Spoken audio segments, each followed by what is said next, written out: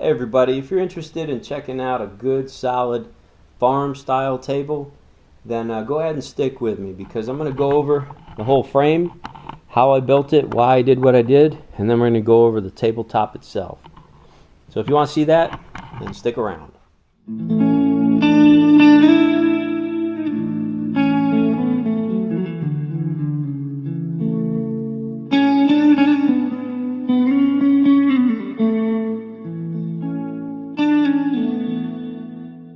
Alright, being in the basement and being spring, even though we got a bunch of snow outside still, I got some chickens over there. So we're having a little battle on who's most important. So every now and then I think they do win, so I apologize if they get out of hand over there. Alright, let's look at this project. First off, I started doing this project a few weeks ago, and I had actually videoed everything step by step. Every piece that I did, I went through it all. It ended up being a lot of footage, and then I ended up losing some of the footage. So I think that's probably for the best, so you guys didn't get bored watching all this. So let's just jump right into this. This is the frame, and to me, all the research I did trying to figure out how I wanted to make this table, I kept coming across the same farm table plans and Pinterest pictures and things like that. And most of this framework was made out of like 1x4, which in my opinion, alright, it might be good once you get it all together and you have the top on the table and everything helps hold it all together, but it just seemed kind of cheesy. So I decided to go with some good solid 2x lumber and build this framework. Now the other issue that I find is that when I do find a table that looks like it's good and solid in my research on the internet and in books, it just doesn't seem like they show this part of it. So that's why we're starting out with the tabletop off, and this to me is the most important part of the table, and that's what we're going to go over. First off, the legs. The legs are a chunk of wood just like this right here. They're made out of pine, and that wood came off a log cabin project that I was part of. It's actually part of a roof truss for the porch, rafter for the porch, I believe it was. And we cut this off, and that part stayed up on the building. This was the drop, obviously. So I made my legs out of that. This piece is 7 3/8 right here by 3.5. So if you don't have access to a chunk of lumber like this, then you can't build these exact legs. So there's the first problem. But what I'm thinking is a couple of 2x8s, rip the edges off of them, glue them together, and then give them a good sanding down, and possibly put some screws in there and put some plugs in as well and sand it down so that nobody will see that. That'll hold it together, and you'll have almost the same exact dimensions, just a little bit smaller. So that's one way you can get your legs if you're trying to figure out some way to build a table that's going to look like this one when we're all done. Now, like I said, they were 7 3/8 by 3.5 inches by 28. I wrote all the dimensions down on everything on here. Now, 28 inches tall. That's the top right here.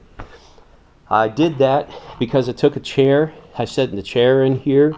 I set the chair at my existing kitchen table, and then I factored in the width of the tabletop, the thickness of it itself, not the width, the thickness of it, and gave me my overall height. So I went with what felt comfortable, and I fell within about an inch, inch and a half of my kitchen table that I have right now.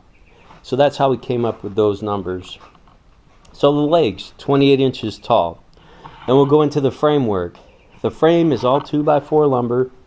The sides are 73.5. You're going to need two of those, 73.5 inches. That one over there, this one right here. The end pieces right here, 40.25 inches. You have one here and one down at that end. They're put together on the legs just like this. This leg is notched out right here. It's notched so this 2x can sit right in here, and then I put 3 screws through this 2x into this 2x, which has 4 screws going into the leg here and 3 screws going into this cross brace. It also has some screws through the cross brace into the legs. You can see this whole corner is just screwed right together really well, with this corner out here resting right on all of this meat of the wood right here. So it is solid, okay? Just putting the 2x4s onto these two legs, just this 2x4, it was already solid. I knew at that point I was onto a good solid base with a good big leg with a big footprint, and braced up really well. So that's our ends, that's our sides, and we have 3 braces in here. These are 37 and 3/16 inch long. There's one dead center, one on this end up against the legs, and one on this end against the legs. The little gussets here in the corner are 2x cut at a 45, and from this point here to this point here on the long side, 15 inches, and then we just stuck it in there. We just chose 15 inches because that's the scrap that was left over from cutting this other stuff, and it worked out really well. Now you'll notice that these are down flush with the bottom, down here, flush with the bottom of the framework. And that is like that because on the bottom of the tabletop, you have your 2x4 right here, which after all this is stuck together and clamped and glued, the 2x4 was put on there for bracing. So that sits right down in here and doesn't hit. That's why this is down low like that. Probably could have gotten away without these, but they definitely help keep it solid and pull it all up. And I mean, this is very solid setup. Like, you move one corner, the whole thing moves. It is not moving, not creaking, not a little bit loose, nothing. You don't have to put the tabletop on to have it hold it all together and tighten everything up. That's solid just like it is. So that's the most important thing on the whole table in my opinion. The legs, one more thing with the legs, you can see how it's kind of wavy here. Well, the lumber when we first got it is square. You see a nice square edge on it. I ended up taking 4-inch grinder and a flap disc just like that and giving it some character. So that's how I gave the legs character. It's got the edges. I even got right in here, there's a nice big dent, and it just gives it a lot of character. You want to cross the bottom a little bit right through here. Right there's a little bit, just to give it a little bit of character and make it look like it's been used like an old farm table would be used. Alright, that moves us on to the top. Since I've already got the tabletop off, I'll just show you the back side. I got 2 2x4s right here, and they are just a little bit shorter than our 37 and 3/16, so they fit right down inside here. And you have just a little bit of play there, so it's not so hard to get it to fit. They also, the edge right here fits right up against here. Like I said, this was down for that reason. In the center, I just took a piece of the 2x10, that's what these are made out of, and I ripped it down the middle, and that's my bracing for that. And that again has a little bit wider than 1.5 inches, so it fits in there, and it has just a little bit of movement. So it's not as precise trying to get it in there and get it to fit down in. Now the reason is because with all of the ends, and pine likes to move a little bit, I didn't want to make it snug and then be fighting to get the tabletop on or off, because this table weighs too much to have it all together and try and wrestle it into a door or anything like that. So this way, this just rests on the top. It probably won't ever be screwed down. It's heavy enough, it'll settle right on top of it. And if we ever want to move it, pop the tabletop off, and then you can move this fairly easily, 2 people. Alright, so let me stop videoing. I'll get this tabletop on there, and then I'll show you the top of that and dimensions of it. Alright, I'll tell you what, that tabletop's no joke. It is definitely a solid table, and it is heavy. So I'm glad that I made it so that that top could come off. But this is what it looks like with the top on. I hope there's enough light you can see it. You can see this is a different shade right here.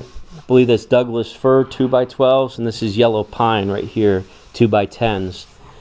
The 2x10s, I bought 3 of them 10 foot long. By the time I got done cutting them down and everything, they ended up being about 59.5 inches long. And that's because I squared the ends of them, And then when I glued them together, I had to run the saw down one more time to take a little bit off to square it a little better so that this 2x12 would fit on there. The 2x12, I just ran this one side through the table saw, and that was a 2x12 8 foot cut in half. So overall dimensions of the tabletop are 80, let me see, I believe it's 81 and 3/8, and the width is ending up 44 and 7/8. Now, I wasn't too worried about the overhang on the table. I did measure what I had on the table up top, but I knew I was in the ballpark, and I had to take an 1/8 inch off from the 2x10s, and I know I was going to sand this a little bit. So basically I didn't worry too much about the overall dimension until I got it all done, and basically just pulled the measurements a minute ago to check it. But that's what it ended up being. That's it. I hope it's been informative, and if anybody else is looking at building a farm style table or just a big table, whatever you want to call it, a 2x2 lumber table, whatever you want to call it, this is a good solid table, and I'm looking forward to getting some stain on it. We haven't decided what color yet or anything, but I'm sure when it gets all done we'll have it up top and you'll see it in the background in one of the other videos or something. So alright, well, thanks for watching, and be sure to subscribe, share it with somebody if you know they're trying to build a table, and we'll see you next time.